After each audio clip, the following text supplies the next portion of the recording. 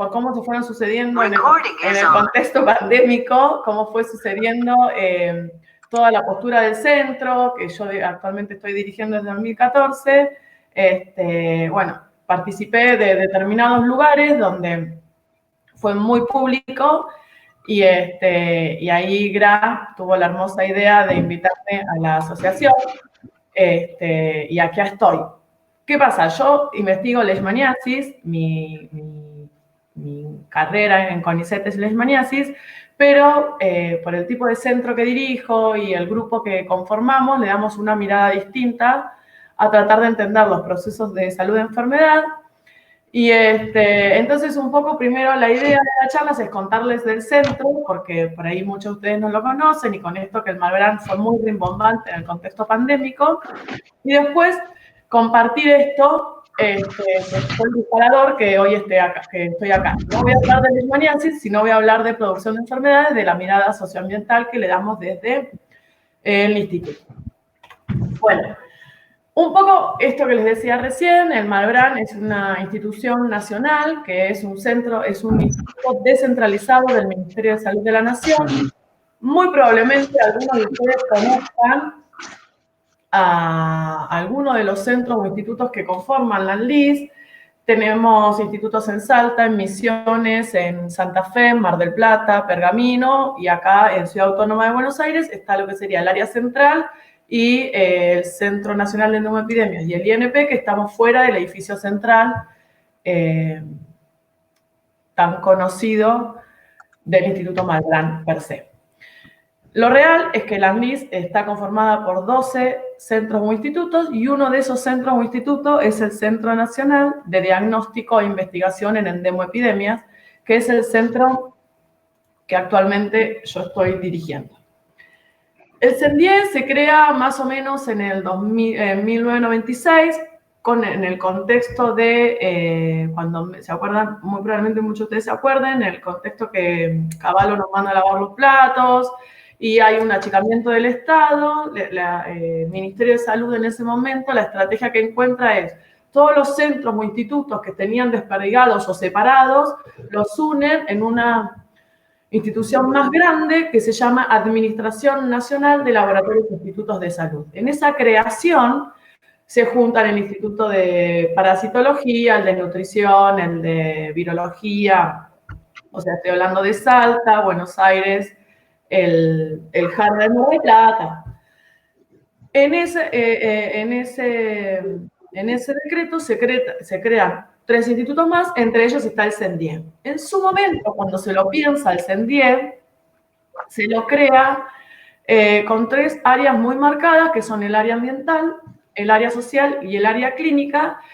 Y lo que se hace de las diferentes áreas es tratar de entender las problemáticas sanitarias con una visión que nosotros decimos transversal, o sea, la problemática transversaliza las 3 áreas. Entonces, por ejemplo, hablamos de leishmaniasis, investigamos leishmaniasis y hay personas que la abordan desde lo ambiental, otros desde lo social y otros de lo clínico, así con Chagas, con enfermedades transmitidas por mosquitos, rickettsiosis y demás. ¿Quiénes conformamos o cómo está? O sea, para poder abordar esta mirada o dar esta mirada, en realidad en el CENDIE somos un grupo multidisciplinario que está conformado por médicas y médicos, patólogas, por una patóloga, después hay médicos y médicas veterinarias, hay bioquímicos, antropólogos, sociólogos, trabajadoras sociales, biólogas, que abordamos la biología de diferentes áreas. Bueno, yo en realidad estudié en La Plata, soy oriunda de la Facultad de Ciencias Naturales y Museo, de ahí el amor a GRA y al CEPAVE y a Lore y a las chicas y más. Pero después también hay biólogas de la Facultad de Ciencias Exactas, biólogos de la Facultad de Ciencias Exactas, algunos que le dan una mirada más analítica a la investigación, otros que son más ecólogos y demás. Y bueno, y después nosotros decimos que los contadores y los administrativos forman parte del instituto y del centro, que también son los que nos ayudan a que nosotros podamos jugar a responder las preguntas mientras ellos mantienen el resto de la parte de gestión.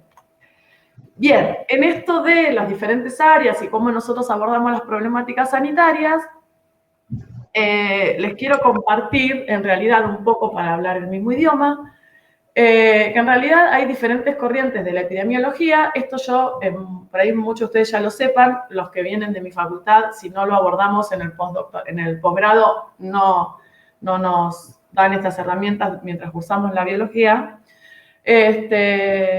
Lo que nosotros hoy se sabe que existen dos grandes corrientes desde la epidemiología, una que continuamente la estamos viendo todas las mañanas en el matutino, o cómo se aborda la epidemia actual, la pandemia actual, la epidemia de COVID-19, que es la conocida más como convencional o tradicional, y es la que alguna vez sí estudiamos en la facultad, por ejemplo, la tríada sistemática o ecológica de cómo se produce una enfermedad. Nosotros sabemos que tenemos un agente infeccioso, el ambiente y el huésped, y la integración de esas tres partes producen la enfermedad. Más o menos, por ser, hay muchas personas que investigan y trabajan esto, de alguna manera lo que se dice de la triada sistemática o originalmente de lo que era más la concepción lineal, causa-efecto de lo que era una enfermedad, de hecho son miradas epidemiológicas que hablan justamente de enfermedades como la enfermedad aislada de un todo. Si bien ha avanzado un poco este tipo de epidemiología, vuelvo, la epidemiología numérica o epidemiología convencional, avanza en empezar a entender que hay factores de riesgos que colaboran en que ocurra esta enfermedad, en la producción de la enfermedad. E incluso agarra los datos epidemiológicos y en general lo que hace es cuenta cuántos hombres y mujeres se enfermaron, de qué edades eran esas personas, empieza a evaluar tasas, frecuencias, ¿no? La tasa de mortalidad, letalidad, prevalencia, bla, bla, bla. Todo lo que muchos de los que trabajamos en salud ya conocemos. Y en los años, esta epidemiología analítica o convencional se dice que es más de origen, viene más de Inglaterra, es hermosa la historia de cómo surge la epidemiología, pero bueno, es una manera de ver esos datos. En el avance de la epidemiología, y tiene que ver también con los movimientos en los 70, en los 60-70 que ocurren en Latinoamérica, hay otra corriente que es la que se conoce más como epidemiología crítica, que obviamente tiene su subcorriente, que está la epidemiología crítica, la epidemiología social, la epidemiología colectiva, que es de Brasil, pero más o menos todas los que tratan de entender o todas proponen, lo que dicen en realidad es que la epidemiología es mucho más que solamente números, ¿no? Que hay que entender esa enfermedad que nosotros estamos investigando o estamos analizando en un concepto mucho multidimensional, pero que esa multidimensionalidad están concatenadas, no como que no son aisladas, que la producción de justamente hablan de producción de enfermedades, hablan de procesos salud-enfermedad, porque una sin la otra no se pueden ver, a diferencia de la otra que habla únicamente de enfermedad. Después, obviamente, trata de entender los procesos, entendiendo la reproducción económica, la cultura que tienen esos pueblos. Muchos de ustedes estudian poblaciones de parásitos en poblaciones humanas y estos conceptos muy probablemente los tengan ahí. Obviamente se tiene que tener en cuenta la historia, el grupo étnico, el género, el estrato social o la clase social en la que estemos abordando la problemática sanitaria. Y justamente, y por eso hoy la charla, habla esto de la determinación social de la salud, no habla tanto de de determinantes sociales, sino de determinación, porque entiende, y ahora yo les voy a mostrar unos gráficos, que las diferentes dimensiones que producen la enfermedad están justamente interrelacionadas. Por supuesto, habla de procesos sociales que producen o disparan esos procesos de salud-enfermedad y que está relacionada con la producción social de enfermedades, esto que un poco les decía yo recién. Y esto, en algunas charlas que tuve que dar este año, en realidad lo digo y lo repito porque deben haber escuchado en la pandemia, bueno, ustedes la mayoría son biólogos o vienen de esta rama de la ciencia, entonces saben que no se puede extrapolar tan linealmente los conocimientos de un país o de un continente europeo, por ejemplo, a lo que sería Latinoamérica, y por eso es un poco la idea de compartirles esta diapositiva y entender un poco, ¿no?, que hay diferentes factores biológicos, ecológicos, epidemiológicos y socioeconómicos, y que no es tan simple extrapolar una política sanitaria tomada en un país como Suiza o como Noruega y traerla acá a la Argentina. Que tenemos contextos culturales y socioeconómicos y políticos completamente diferentes. Entonces, con esto de la producción social de enfermedades, yo soy de las personas que cree que la epidemiología es una ciencia, por supuesto, pero que lo que tiene de interesante es que es una herramienta que puede evaluar las políticas económicas o políticas públicas que se van aplicando en el territorio, ¿no? Que lo que tiene de interesante es que es eso, ¿no? Es una hermosa herramienta para pensar políticas públicas. Y justamente en esto de traerlo de la producción de enfermedades y lo de traer el concepto de epidemiología crítica, epidemiología social, es que continuamente yo refuerzo, machaco esto de que no se pueden pensar los números epidemiológicos, ¿sí?, los perfiles epidemiológicos sin un contexto, ¿no? Sin un territorio, sin tener en cuenta la cultura, las tradiciones, y entender esto, ¿no?, que los territorios, muchos de nosotros vamos al territorio, sabemos lo que es el territorio, y sabemos que ese territorio tiene un lenguaje propio. Entonces, cuando nosotros tenemos que pensar, y por ahí nos encontramos evaluando, escribiendo un paper y damos recomendaciones para los lectores y para aquellas personas que tengan acceso a esa información, cuando damos recomendaciones, para mí lo que tiene de interesante esta perspectiva, este modo de ver la producción de enfermedades, es que uno tiene que, las recomendaciones de prevención y control de problemáticas sanitarias, tiene que darlas entendiendo ese contexto, ¿no? Que no es aislado, sino que esto de que los territorios tienen voces y nosotros somos por ahí muchas veces los que podemos darnos el lujo de ayudarlos a escucharlos y ampliar su voz. Entonces, reforzando un poco este disparador, en lo que yo considero que es la producción de enfermedades y la producción de conocimiento, considero que sea cual fuera la problemática que nosotros estamos investigando, debemos siempre entender o recordar que son procesos complejos, multidimensionales, y que todas esas diferentes dimensiones están concatenadas unas con las otras, ¿no? Y que la ocurrencia de estos procesos no son al azar, sino justamente que al estar concatenadas, de alguna manera una estaría disparando o ayudando o actuando sobre la otra. Entonces,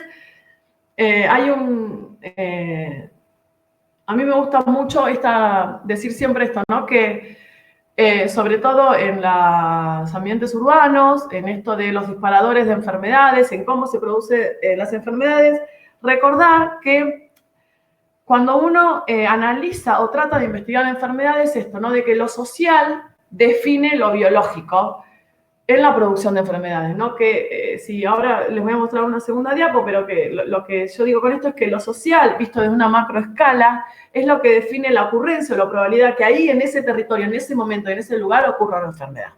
Que no es azar, ¿no? Y que esto, la importancia de nosotros como generadores de conocimiento, tenemos, no podemos no verlo, ¿no?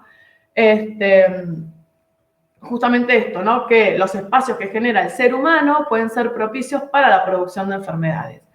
Y hay un sanitarista de Argentina, Mario Robles se llama, no sé si alguno lo conoce, que para mí es excelente como sanitarista y como pensador, que él siempre dice que no se enferma quien quiere, sino quien puede. Entonces, un poco, volviendo a lo que es la producción de enfermedades, y en esto que lo social en lo macro contiene lo biológico en lo micro, es esto, ¿no? Que hay una subsunción o una subordinación. Siempre hablando de la producción de enfermedades y cómo en los territorios se producen esas enfermedades. Y acá viene un poco, obviamente vuelvo a mí, lo que me trae acá y lo que me llevó a esas charlas fue cómo analizamos la pandemia. la idea un poco de esta diapositiva es compartirles que por ejemplo, Johnny Miller es un fotógrafo que se encarga de sacar justamente fotos a paisajes donde se encaran o se ven, son evidentes las desigualdades paisajísticas, que tiene que ver con esto de lo social y lo biológico macro-micro, o que tiene que ver esto de cómo la subsunción de lo social que contiene lo biológico. Y esto de que somos nosotros, con las diferentes políticas públicas, nosotros, hombre-mujer estoy hablando, ¿no? Nosotros como especie, somos los que, de alguna manera, a partir de las diferentes políticas públicas que se van tomando, se van generando estos ambientes propicios a enfermar. Bueno, y justamente Johnny Miller les muestra la de arriba, la imagen de acá arriba, la superior es Johannesburgo, donde se ve todo un... No, parecería un barrio cerrado, no es un barrio cerrado, sino que es una parte de la ciudad y una calle separa otro modo de la misma ciudad. Estamos hablando de las dos Johannesburgos, dos dibujos o dos maneras o dos construcciones distintas que hay exactamente en la misma ciudad que lo define, que lo separa una calle. Y la que ven abajo es México, que lo divide es un paredón. Fíjense que este barrio es completamente diferente al barrio que se ve a la izquierda. Bien. ¿Vamos bien o voy muy rápido? Perfecto. Perfecto. Va bien, va bien. Bien, entonces, toda esta introducción es porque, y un poco tiene que ver también con la pandemia, con esta pregunta que muchas veces últimamente escuchamos mucho de si otra pandemia es posible. Por ahí, con muchos de ustedes, como trabajan en problemáticas sanitarias en humanos, ya se lo han preguntado, lo han visto, lo ven, lo leen, pero volver a compartir esto, ¿no? Que cómo, y que fue que también de alguna manera lo expresé en la editorial que me invitaron a escribir de la asociación, de la última revista, y un poco como todo esta pandemia, que yo digo que es el jaque a la salud, la ciencia y las políticas, nos invita a repensarnos, ¿no? Como desde perspectivas socioambientales, socioeconómicas, sociosanitarias e incluso desde lo sociodemográfico, ¿no? Esto de las fotos, de cómo se producen las enfermedades, de la relación hombre-territorio, ¿no? Por ejemplo, desde lo socioambiental, cómo se ordena el espacio, entender que el urbanismo, la importancia del urbanismo, que realmente si vos tenés una ciudad desorganizada o no bien pensada, repercute en la producción de enfermedades. No solamente hablamos de enfermedades transmisibles como dengue, sino también podemos hablar de otras problemáticas sanitarias que te produce el mal vivir. Después, las relaciones que el hombre como especie tiene con el medio silvestre y cómo esas ciudades se relacionan con los medios silvestres. Después, lo socioeconómico también, como esto de repensar la distribución de la riqueza, de la producción, qué producimos, qué destruyo, qué construyo, dónde, cuándo, cómo, para qué y por qué. Lo sociosanitario pasa exactamente lo mismo, ¿no? Cómo accedemos a los diferentes sistemas de salud, si accedemos o no accedemos a la salud, bueno, y lo sociodemográfico, que también más un poco con la misma línea de pensamiento. Entonces, la idea de esta charla es empezar a deconstruir juntos este concepto hegemónico de la salud y empezar a entender, ¿no? Que es un proceso mucho más complejo, que la salud no es solamente la enfermedad, sino que hay que entenderla, ¿no? Como un concepto dinámico y que la salud y la enfermedad van siempre juntas, ¿sí? Para poder entenderlas y empezar a romper esto que la salud solamente la hacen los médicos y las médicas o los enfermeros, o que la salud solamente es el asistencialismo, ¿no? Que si no, nosotros como investigadores también aportamos a la salud, también construimos salud. Y bueno, entonces, básicamente lo que yo hice es agarrar de tres estratos diferentes que les voy a compartir ahora, cómo las diferentes políticas públicas repercuten o promocionan esta producción de enfermedades. Entonces, un poco esto de que no se pueden hablar políticas sanitarias o no se pueden pensar políticas sanitarias si no pensamos políticas sociales. Bien, entonces les voy a mostrar a tres escalas diferentes cómo las políticas públicas promocionan o colaboran con la producción de enfermedades. A nivel macro, acá sí les hablo un ratito de leishmaniasis. Hay muchos estudios que se han hecho donde la intervención de los montes nativos o de los bosques, se sabe que los desmontes masivos o con el avance de la frontera agrícola en esta destrucción de los ambientes naturales, el acercamiento de la especie humana con estos bordes, cómo estas producciones repercuten literalmente en la producción de lluvias, por ejemplo, y cómo esas lluvias repercuten en la dinámica de vectores. Y por supuesto esa modificación de la dinámica de vectores repercute en la transmisión de enfermedades como por ejemplo el leishmaniasis, ¿no? Nosotros sabemos que en la Argentina tenemos tres tipos de leishmaniasis. Una es la cutánea y otra es la mucocutánea, que son de transmisión en áreas de monte, en áreas más silvestres, a diferencia de la visceral que es urbana, entre comillas, no es de una mega ciudad, sino que estamos hablando de ambientes más urbanos para compararlos con los ambientes de monte. Y se sabe en la Argentina mismo, por investigaciones que se hicieron acá en la Argentina, que estas modificaciones ambientales repercutieron en las modificaciones de la dinámica de vectores. Y eso repercutió directamente en la producción de enfermedades, que es un poco los gráficos que están viendo acá abajo. Eso se analizó o se investigó tanto para el noroeste argentino como para el noreste argentino. Después, si nos vamos a una escala meso, en donde, y acá muchos de ustedes lo ven diariamente, traje dos ejemplos a lo que yo llamo mesoescala, ¿no? O más regional, como las políticas públicas repercuten en la producción de enfermedades. Es la idea de hablar de mostrarles estas fotos y estas imágenes. La idea es no recordar eso, cómo las políticas públicas repercuten en esta producción. Muchos de ustedes hacen Buenos Aires-La Plata, yo la hice durante años, Buenos Aires-La Plata todos los días, y muchos de ustedes hacen Capital Mar del Plata, al menos en verano, mucho, o a la costa. Si ustedes se acuerdan, al menos los que estamos más en esta zona, los que están en otro lado de la Argentina, imagínenlo, si es que nunca agarraron esa ruta, hace, como que yo les diga, 20 años atrás, 10 años atrás, la ciudad de La Plata tenía uno de los cinturones hortícolas más importantes de la región.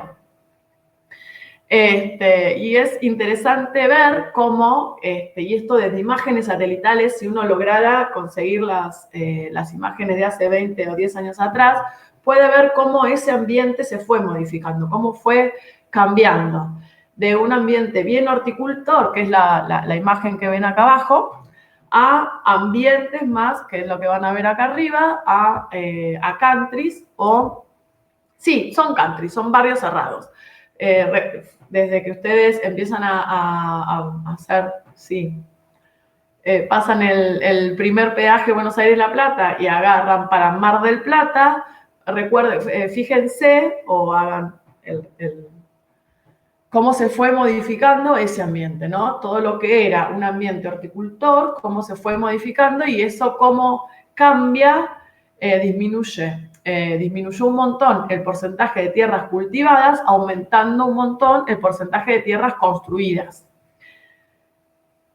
O sea, de alguna manera se sustituye las tierras, el uso de la tierra de cultivables, ¿no? Todo ese cinturón hortícola de Gran La Plata a construir un corredor inmobiliario que de hecho se llama así, no lo estoy inventando yo.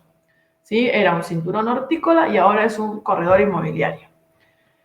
Eso, por supuesto, que trae problemas en la producción de enfermedades. Primero y principal, porque estamos disminuyendo el área productiva y esa disminución por un lado, perdemos superficie para cultivar y eso a su vez genera que se aumenten los costos y los valores de los insumos que nos daba esa tierra. Entonces, por un lado, no solamente empezamos a perder soberanía sanitaria, sino que también empezamos a perder lo que se llama soberanía alimentaria.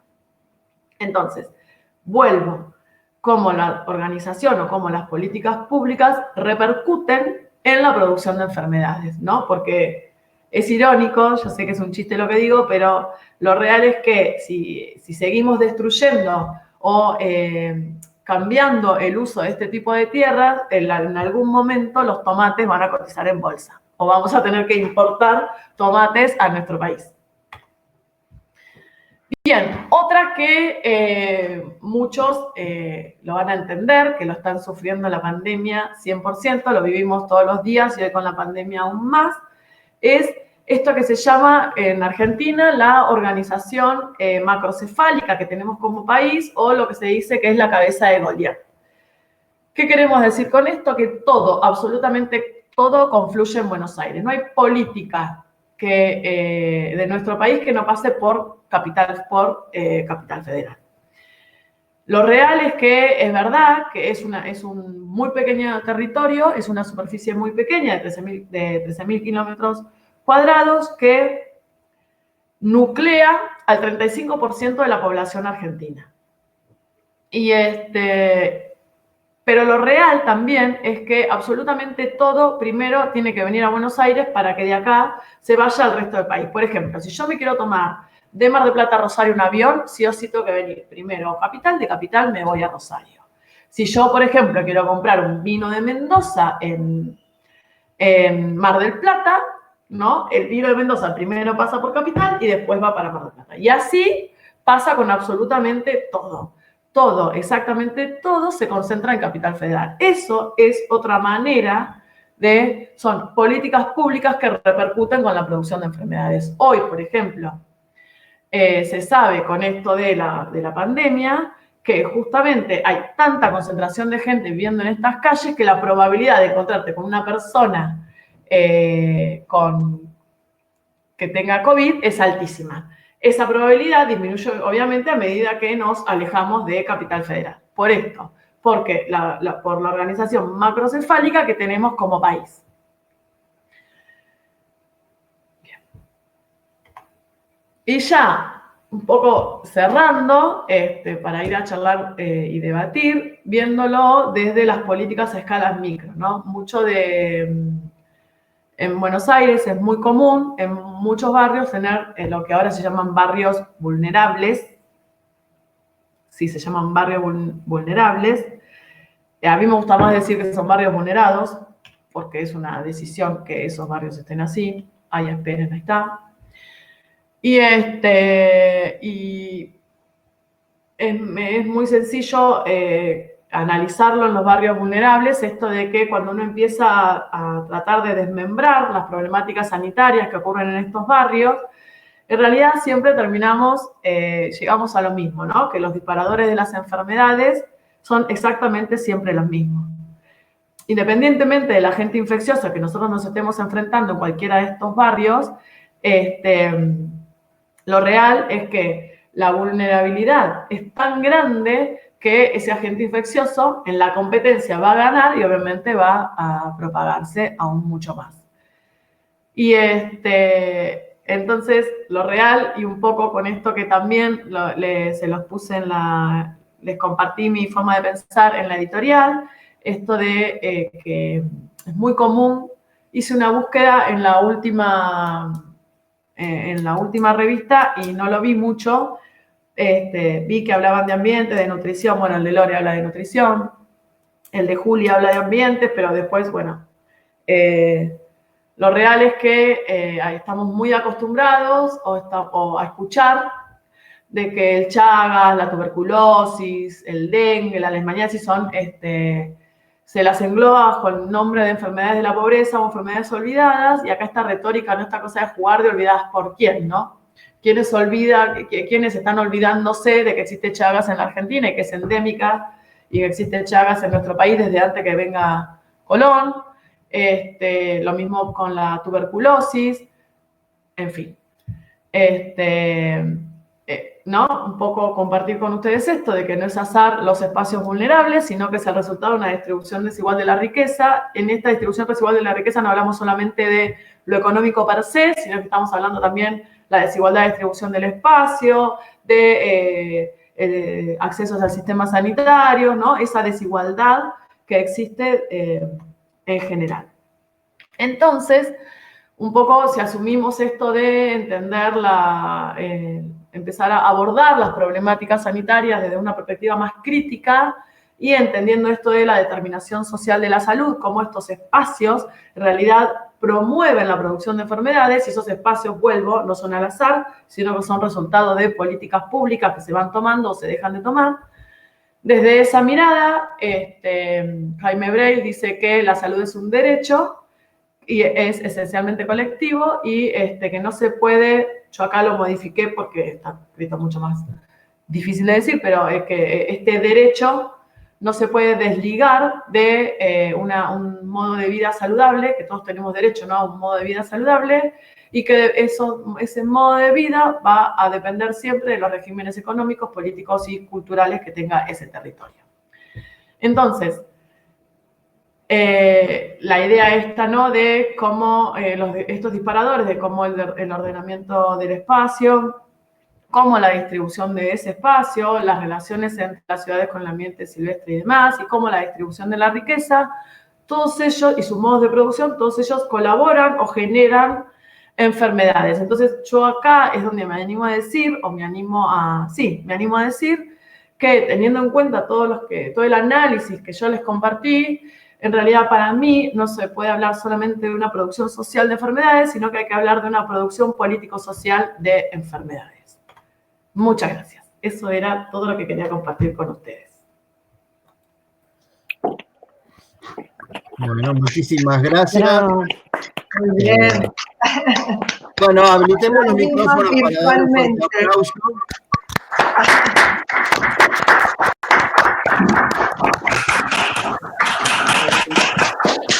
Muy bien. Bueno, pero no sé cómo dejar de compartir pantalla. Tenés que ir a... Ya está. No, me la estoy viendo. ¿Ves que ahí la ves? Ahí está. Volvés al... Ahí está. Ahí estamos. Perfecto. Ahora sí. Ahí está. Bueno, muchísimas gracias.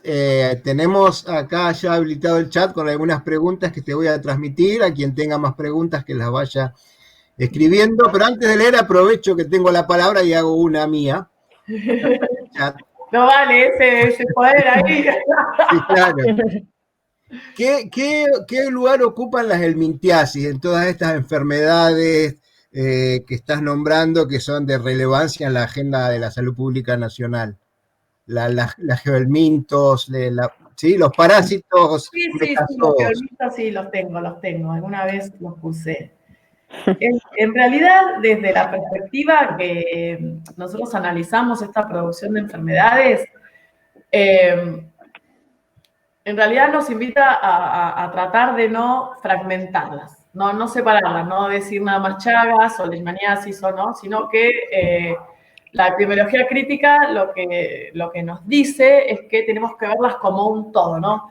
Como de alguna manera nosotros, por diferentes motivos, le generamos ambientes óptimos de desarrollo, en este caso, por ejemplo, a los helmintos, ¿no? A estos geohelmintos. Entonces, desde esta perspectiva, en realidad lo que se dice, lo que se recomienda es que las estrategias de prevención y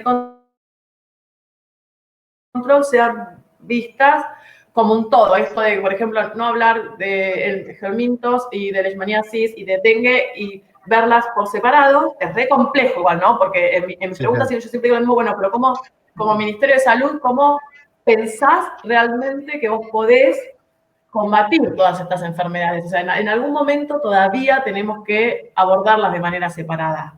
Pero en general, la visión desde la crítica, desde la epidemiología crítica, cuando digo crítica desde la epidemiología crítica, es esto de entenderlo como una determinación ambiental, que es el ambiente que genera el hombre, por eso socioambiental, el que promueve la ocurrencia de ese parásito en ese territorio en ese momento dado.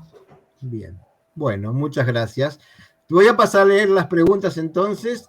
Daniel Tanzola, bueno, felicita por el enfoque y la claridad y pregunta, ¿cuál es la dinámica del vínculo que tiene tu centro con los estamentos de toma de decisiones de políticas locales, provinciales y nacionales?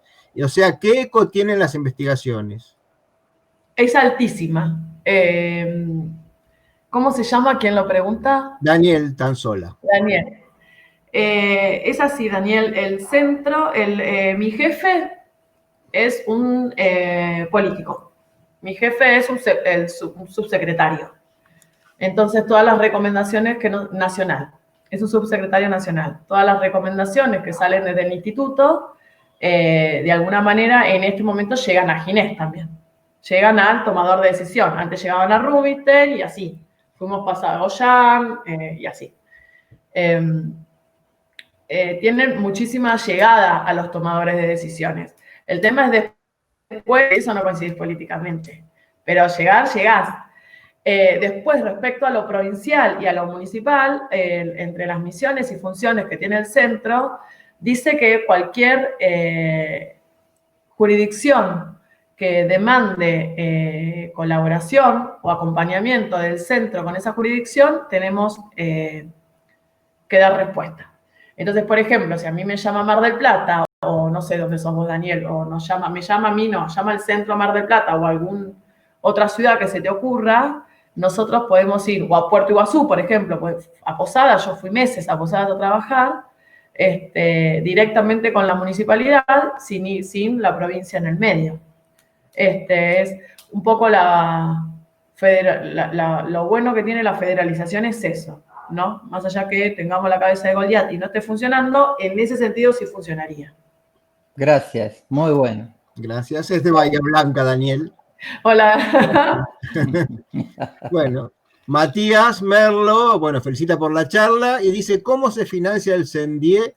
Si falta recurso humano y cómo se llega a trabajar ahí y cómo es la relación con la gestión cuando se plantean estos temas que vos tratás. Bueno, la ANLIS toda, esto de ser un centro descentralizado te hace, no es autártica como la universidad, pero te hace que vos tengas tu presupuesto propio. Entonces las investigaciones del centro van a depender de la directora de turno que soy yo. O sea, si las políticas, ¿no?, de esa dirección que van a estar de acuerdo, van a estar de antemano, de alguna manera las charlas con el que es el director de la ANLIS. Entonces, desde ese lado es lo presupuestario. Igualmente, por más de que contemos con presupuesto propio, por un montón de disparadores que los podemos charlar en esta mesa tranquilamente, a mí me gusta que se pidan subsidios, independientemente del presupuesto propio, si alcanza o no alcanza, por lo que significa pedir subsidios para la investigación, por cómo te ordenan, cómo pensás, te definís objetivos, arman equipos de trabajo. O sea, pedir subsidios no es únicamente pedir plata. Para mí tiene un montón de otras cosas que que alimentan la ciencia. Lo mismo que los papers científicos. Para mí, ver la publicación científica como para crecer en CONICET de ramos. Es la mejor manera de vos compartir con los demás el saber que construiste. Y debatir con un par el saber que construiste. Entonces, por ejemplo, desde la ANLIS no se exige, desde el Ministerio de Salud no exige publicar los resultados, como tampoco te exige pedir subsidios. Pero al ser un centro que el nombre te dice diagnóstico e investigación, no podés no alimentar esas cosas. De hecho, en el centro también hay investigadores de CONICET, hay investigadores del Ministerio de Salud, hay investigadores de la ANLIS, o sea, hay un montón de otros investigadores, además de CONICET. Soy una de las pocas que tengo tendencia, soy del Ministerio de Salud y de CONICET. Pero en realidad podés ser del CONICET y trabajar como lugar de trabajo, o podés ser mismo del Malbrán y trabajar como tu lugar de trabajo. Después sí es cierto que dentro de los entes de investigación que estoy hablando, el que llama todos los años a ingreso a ser planta permanente es CONICET. Lo real es que después el INTA, el INTI, la ANLIS y otros institutos de esa envergadura hace muchos años no están llamando a concurso, como este concurso abierto que hace CONICET, estoy hablando, ¿no? Pues sí podés conseguir contrato y esas cosas se puede hacer, pero es diferente el contrato a planta permanente. No sé si respondí las 3 preguntas. Sí, muy bien, gracias. Bueno, hay un montón de felicitaciones, agradecimientos de mucha gente. Después te vamos a pasar todo el chat para que lo tengas. ¿sí? Todos resaltan la importancia, ¿sí? de este tipo de estudios, ¿sí? Lo importante que sería, dice Sergio, que el personal de salud se empiece a interrelacionar en la idea de salud con otros conceptos fundamentales, como el de soberanía alimentaria. Siguen una serie de felicitaciones, algunas para nosotros como organizadores, muchas gracias. Rosario pregunta, ¿cómo se instrumentan las solicitudes de atención a barrios o territorios en particular? ¿Cómo se implementan? Sí, para que la leo completa, porque primero dice, bueno, felicitaciones por la charla, alienta a conocer la articulación entre centros y tomadores de decisiones. ¿Cómo se instrumentan esas solicitudes de atención a barrios o territorios en particular? Eso va a depender de la jurisdicción. Va a depender mucho de la jurisdicción. Por ejemplo, cuando vos vas a los barrios en Cava, es como que vayas a un municipio de la provincia o de otra provincia. En general te contactás con...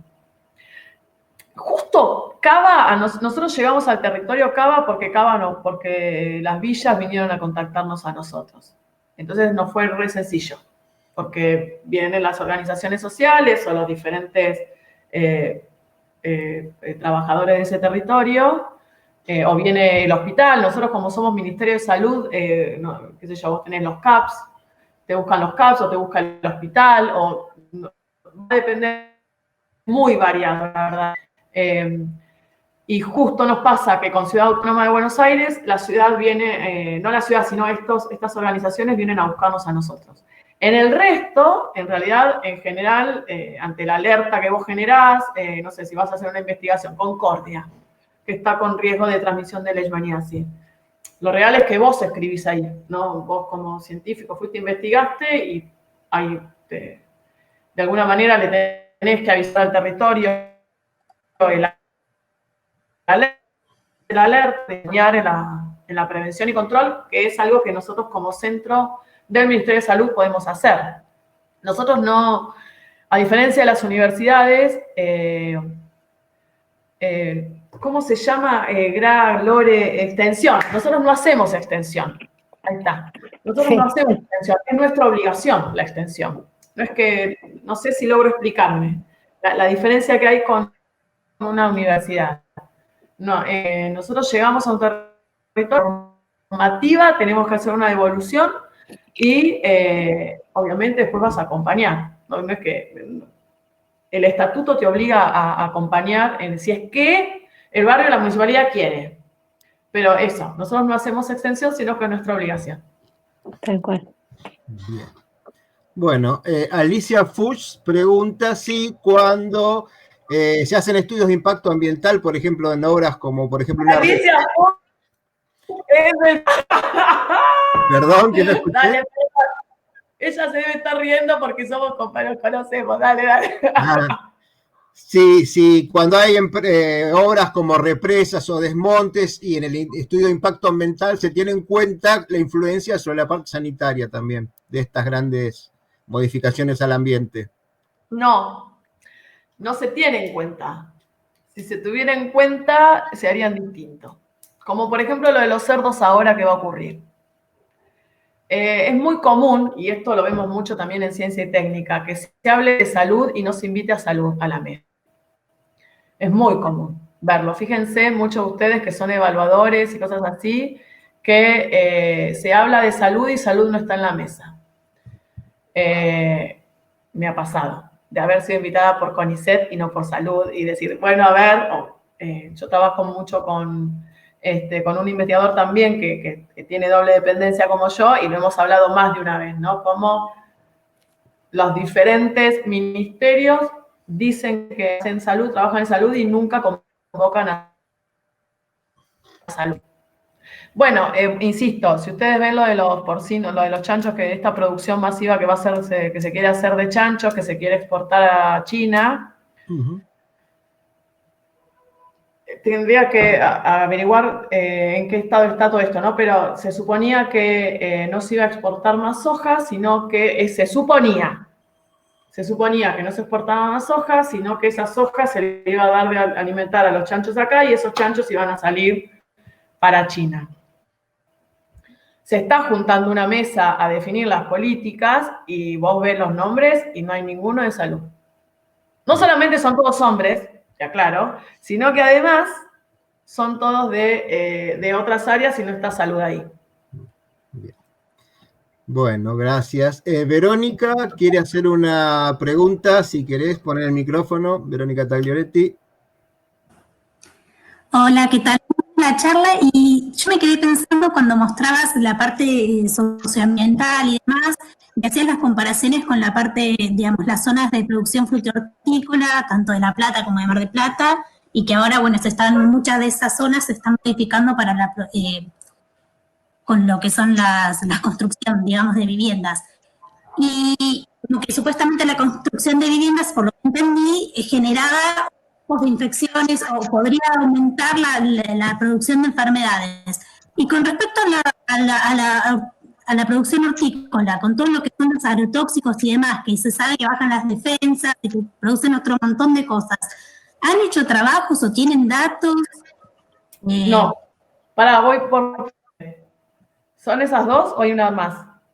No era esa, en realidad se tenían datos porque sí hay información de cómo puede afectar los agroquímicos y demás, porque estaba puesto como un balance y quizás no estaba considerado, o sí, no lo sé. Es esa la pregunta. Si se entendió eso, lo expliqué mal, entonces, porque en realidad la idea del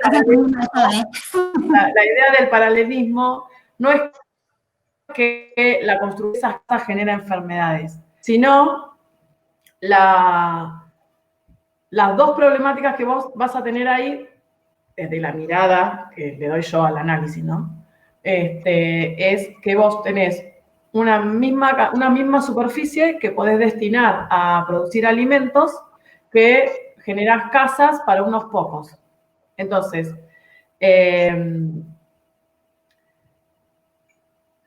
la problemática es adicional, porque después vos no vas a tener una nutrición para todos los que consumen ese tipo de alimentos de horticultura, no va a ser accesible a toda la población.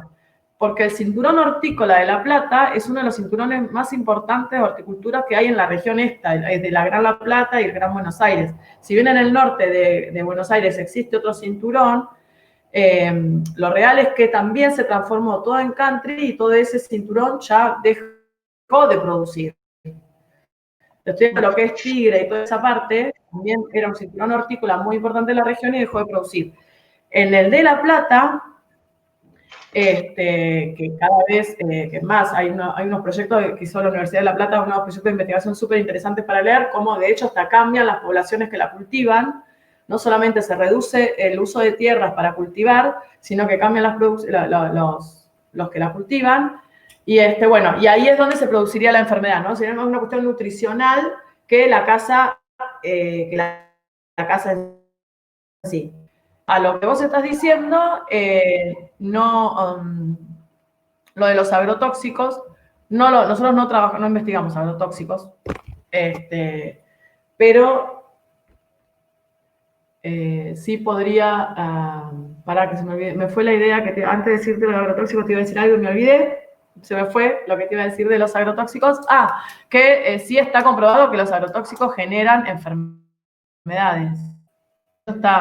Es indirecto, es un método que no, justamente esto, cuando vos lo querés ver causa-efecto, no podés inducir de que tal agrotóxico te produce tal cáncer. Justamente cuando vos ese análisis de esa hipótesis la llevás a mirarla desde una epidemiología crítica, donde vos analizás la determinación y no esto que sea lineal, causa-efecto, entendés que los agrotóxicos desde esa mirada producen enfermedades. Igual es para debatir, pero yo vuelvo a lo original. Estaba diciendo que se disminuían la cantidad de tierras que se cultivaban y eso lleva al hambre. O sea, ahí es donde perdés la soberanía sanitaria, porque al tener que traer, qué sé yo, tomates o todo lo que se produce en ese cinturón desde afuera, te encarece ese alimento, por ende volvés a generar desigualdad. Está bien, gracias. No, por favor. Bien. Bueno, Irene Weiss pregunta si, con el tema de los chanchos para China, si hay algún riesgo pandémico futuro para nosotros. Si pensás eso.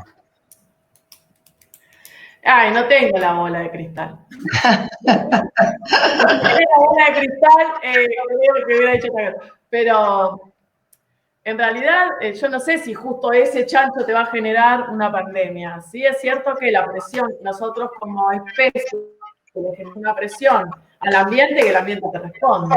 Y lo real es que si vos tuvieras 1000 chanchos, 1 millón de chanchos en 100 metros cuadrados, iba a tener un montón de problemas sanitarios. Desde el agua, la tierra, los otros animales que te trae, que te conlleva, esa relación que tiene los chanchos con otros vectores.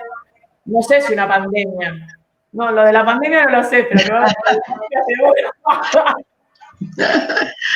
Bueno, yo quiero saludarte, Sole, y decirte que te felicito, que me encantó escucharte, que en otras oportunidades no he podido.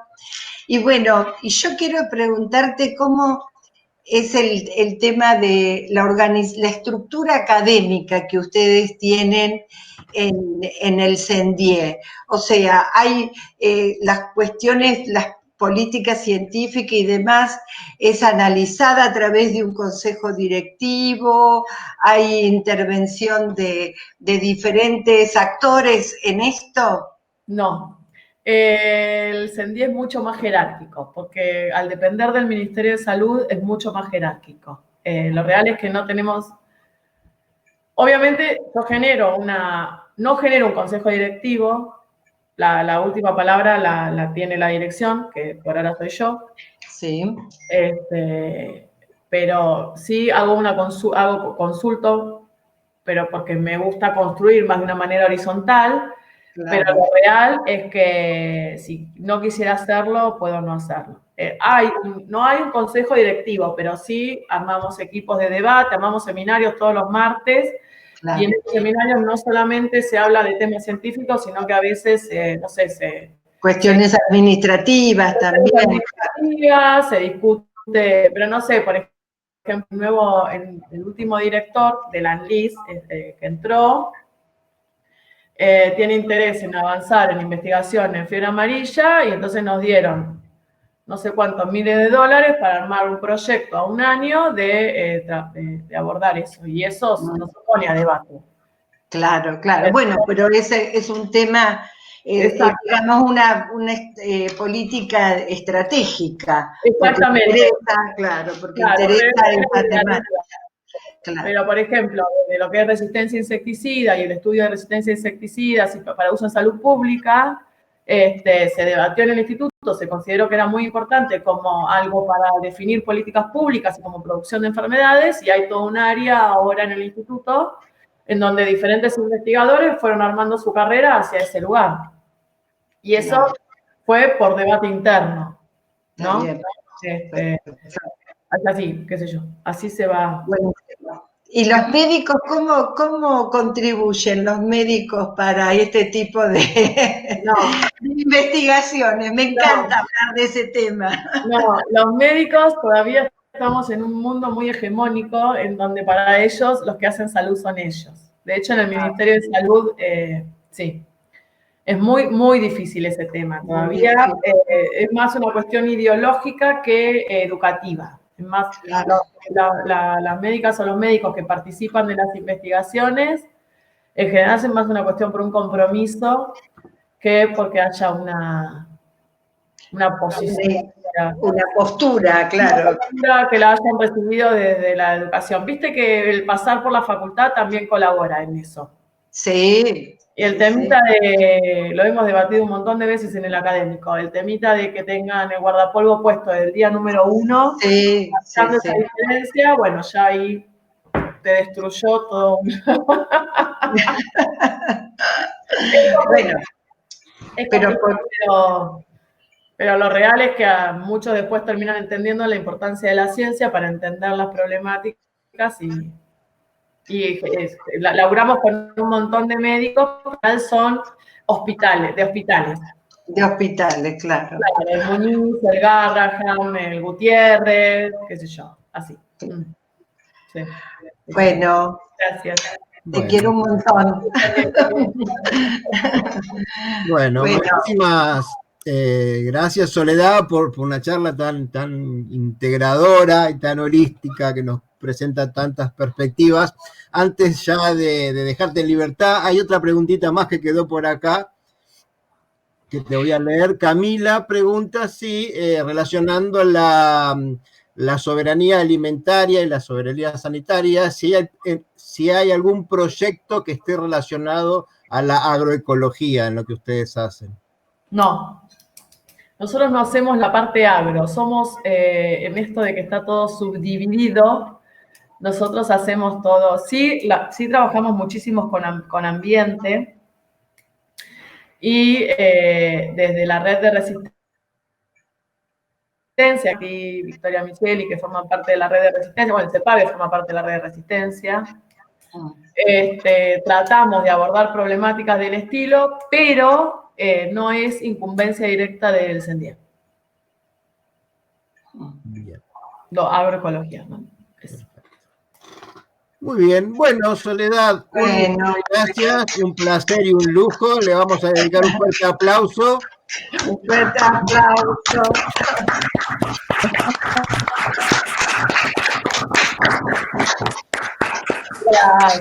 No sé si alguien más tiene algo para agregar o consultar.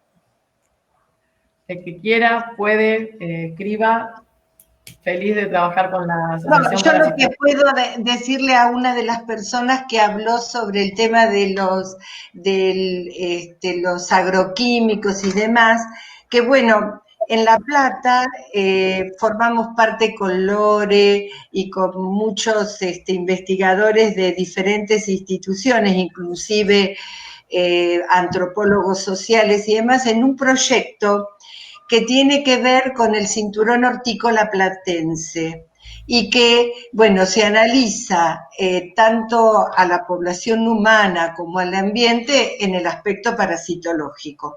Y otra de las personas que integran esto y que es de la Facultad de Veterinaria del IGV, están haciendo en paralelo estudios sobre el impacto de los agroquímicos en la población humana. Lo que pasa que la pandemia, bueno, impidió que todo esto siguiera adelante, y no solamente la pandemia, sino esto empezó mucho antes, pero conseguir los permisos y generar justamente los consentimientos informados de la gente que lógicamente se tiene que prestar a la extracción de sangre, no fue fácil. Y no fue fácil y en eso, bueno, hay un trabajo de campo muy intenso llevado especialmente por los antropólogos sociales o etnógrafos y estas personas que trabajaron en el territorio para conseguir y generar o allanar el camino para lograr esto. Quedó en el camino todavía porque, bueno, no hemos podido concretarlo. Las personas que están a cargo de esto, no nosotros. Pero claro, bueno. Sí, sabés que hay dentro del ANLIS está el Instituto de Genética, donde ellos han tratado de hacer investigaciones lineales, como yo te digo, causa-efecto. Sí. Relacionamos si tal agrotóxico producía tal cáncer o tal o cual malformación, y desde lo lineal, cuando vos lo enfrentás a lo estadístico, no da. Claro. El temita ese de lo estadístico, de, ¿entendés? De juntar un N representativo, no te da. Sí. Ahora, claro, eso lo han hecho Rosales Coach, que están, insisto, son un grupo dentro, un centro, del Centro de Genética Médica que hay en la... Sí, yo quizás, perdón, Verónica, que Perdón, yo levanté la mano, ¿puedo decir una cosita, por favor? Ahí, Verónica, espérame un segundito porque está Irene desde antes pidiendo la palabra. Después, Verónica, te doy la palabra a vos. Gracias, bueno, muchas gracias. Espero que no se me corte la conexión porque la cámara prendida es complicada acá en casa. Bueno, no, lo que quería aclarar, por ahí les interesa también a todos. Yo había puesto en el chat que soy bióloga, bueno, los agrotóxicos son disruptores endocrinos, como bien decía Sole, hay muchos efectos indirectos, son teratogénicos, son cancerígenos, y en Mar del Plata hay una organización que pisa bastante fuerte, es una ONG que se llama BIOS, que hizo una campaña que se llama Mala Sangre, separado, ¿no? Para justamente, bueno, quiso obligar a los políticos platenses de una gestión anterior a sacarse sangre y hacerse los análisis de los agrotóxicos. Ninguno accedió y, bueno, se hizo con la gente voluntaria, entre ellos estaba Pino Solanas, y hizo un documental sobre justamente sobre esta campaña.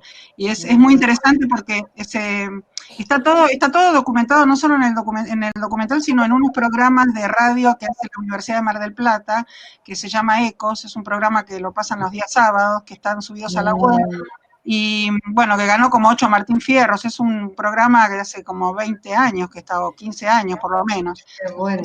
Quería pasar ese dato porque es muy interesante para a quienes les interese. Gracias. Muchas gracias. Gracias. Gracias. Ahora sí, Verónica. Gracias por la información, sí. Y no, yo cuando pregunté, quizás formulé mal la pregunta, yo a lo que me refería es que se sabe que los agroquímicos en general disminuyen las defensas, entonces como venía más relacionada a la cuestión epidemiológica de los parasitarios y demás, sí se ve que producen, que hay, no sé, hay asociaciones con determinados cánceres y demás, y que sí fue probado por gente de Río Cuarto, pero me refería en el contexto de lo parasitológico, digamos, si había alguna asociación entre personas que estén habitando un lugar con uso de suelo, que hacen producción agrícola, que usan algún agroquímico, si había alguna prevalencia mayor de determinados parásitos o no. Era una consulta nada más. No te entendí esa pregunta, perdón. No, es que me parece que la formulé mal directamente. No, todo bien, pero no te la podría, como Sendié, no te la podría responder, no. Y como CEPAVE tampoco todavía. Es un lindo proyecto Pero, perdón, sumando a lo que había iniciado Sol, explicando todo el tema de la seguridad alimentaria de esa población por el cambio en el territorio, y que está de la mano relacionado con lo que es el estado nutricional de las personas que están afectadas. Se sabe, bueno, la bibliografía también lo dice, y bueno, los estudios que se llevan a cabo en esas dos temáticas, se sabe que muchos de los parásitos, ¿sí?, afectan, obviamente, el estado nutricional. Entonces, en una población donde vos no podés asegurar que esté bien nutrida y que a su vez las parasitosis que puedan llegar a estar detectadas en ese lugar, digamos que va a favorecer a un déficit en el estado nutricional, y por ende esa población va a estar sufriendo no solo las consecuencias de los parásitos, sino de cualquier otra enfermedad que, por lo que vos decís y preguntás, obviamente la entrada de cualquier otra enfermedad por un sistema inmunológico deprimido. O sea que se hace como... La diapo de vulnerabilidad social. Exacto. Van a ser todos múltiples, digamos, factores que van a incidir en la salud de esa población y que de alguna manera van a alterar el estado de salud global. Entonces sí, claro, tiene que ver todo con todo. Exacto. Gracias, Lorena, también. Pablo pidió la palabra. Hola, ¿sí? ¿Se escucha? Sí, perfecto. Bueno, antes que nada, muchas gracias, Soledad, por la charla. fue casi como estar en histología general, allá, hace mucho tiempo. Y obviamente volver a ver a Graciela es como estar en parasitología, lo mismo Celina y demás, y Lorena en invertebrado. Pero bueno, vi una banda grande. Tenemos no, en serio, gracias. Eso quiere Poné decir la que cámara. queremos mucho. Eso quiere decir. Sí, no, muy buenos recuerdos de todas, seguro. Primero recalcar, muy interesante el enfoque de ver esta nueva... Perdón, ahí sí, Celina, soy Pablo López, justo escribió ella en el chat. Pasante de Celina en el museo, obviamente. Y de Fabiana también, Fabiana Drago.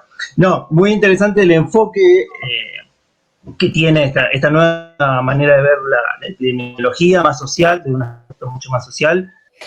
Había escrito un poquito en el chat que lo había visto en una división que se armó a nivel nación, no sé si se terminó de armar por este tema de la pandemia, que es la de oncología, que la maneja Eduardo Cerdo. Yo contacté con él varias veces y se impulsa, hasta donde yo tengo entendido, no estoy con ellos, pero traté bastante, se impulsa de la agroecología desde nación.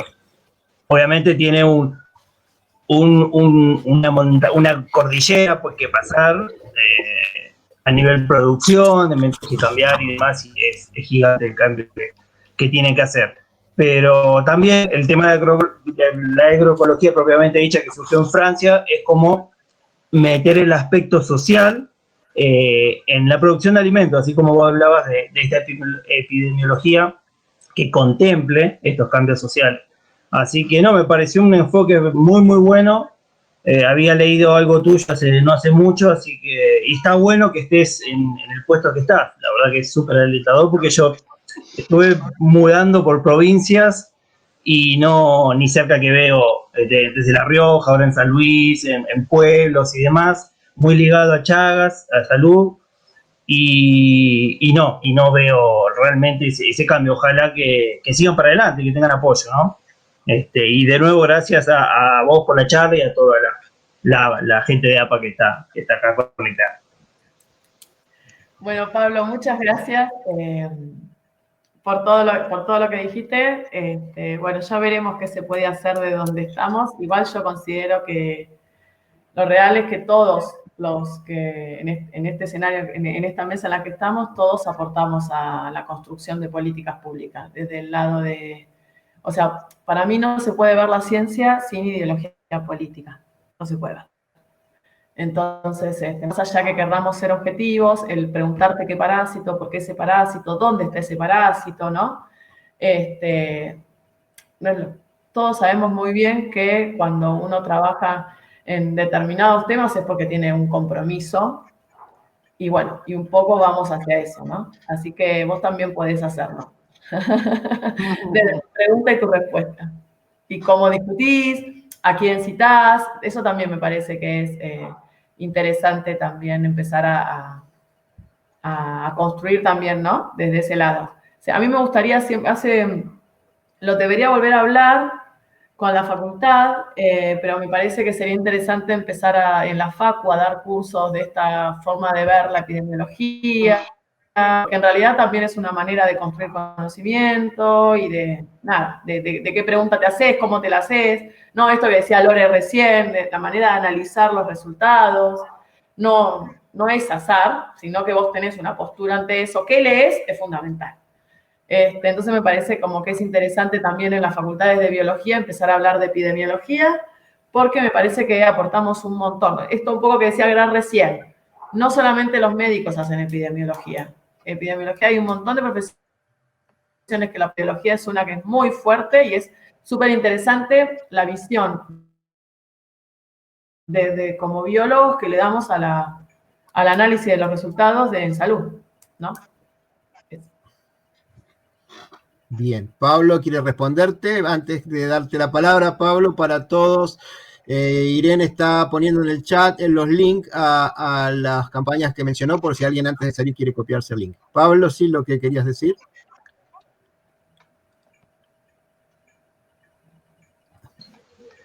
Sí, no, para cerrar y acordando con vos en algo que me pasó y me pasa, yo estoy escribiendo la tesis y nada, y en la bibliografía hay, yo trabajo con Minchucas y personas muy, muy, muy, muy reconocidas a nivel mundial, investigadores, creo. Se cortó. Me parece que se cortó. ¿Viste? Eso es porque estás en San Luis.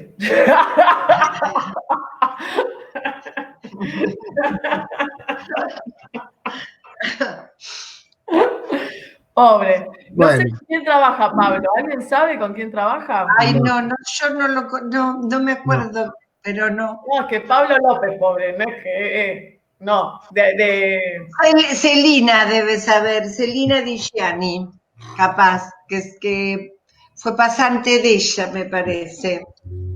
No sé. Bueno, ver con quién está trabajando con Minchuca. No lo sé. Contacta Bueno. al negro y a mí y hablamos. Capaz que lo conoce Gerardo, seguro. Claro. Bueno, Pablo, si estás escuchando, por ahí no tienes sonido, querés comunicarte con nosotros o con Soledad directamente a través de la APA, podemos hacer así, redondeas tu consulta o tu consulta. Perfecto. Se cayó Pablo, no está la página, entonces, bueno, quedará grabado, escucha, que queda invitado a terminar su comentario o su pregunta. Bueno, muy bien. Gracias. 1.000.000 de gracias. Gracias. Muy grande. Gracias a toda la audiencia. Los esperamos el miércoles que viene en una nueva charla. Y bueno, despedimos con un fuerte aplauso nuevamente a Soledad. Gracias.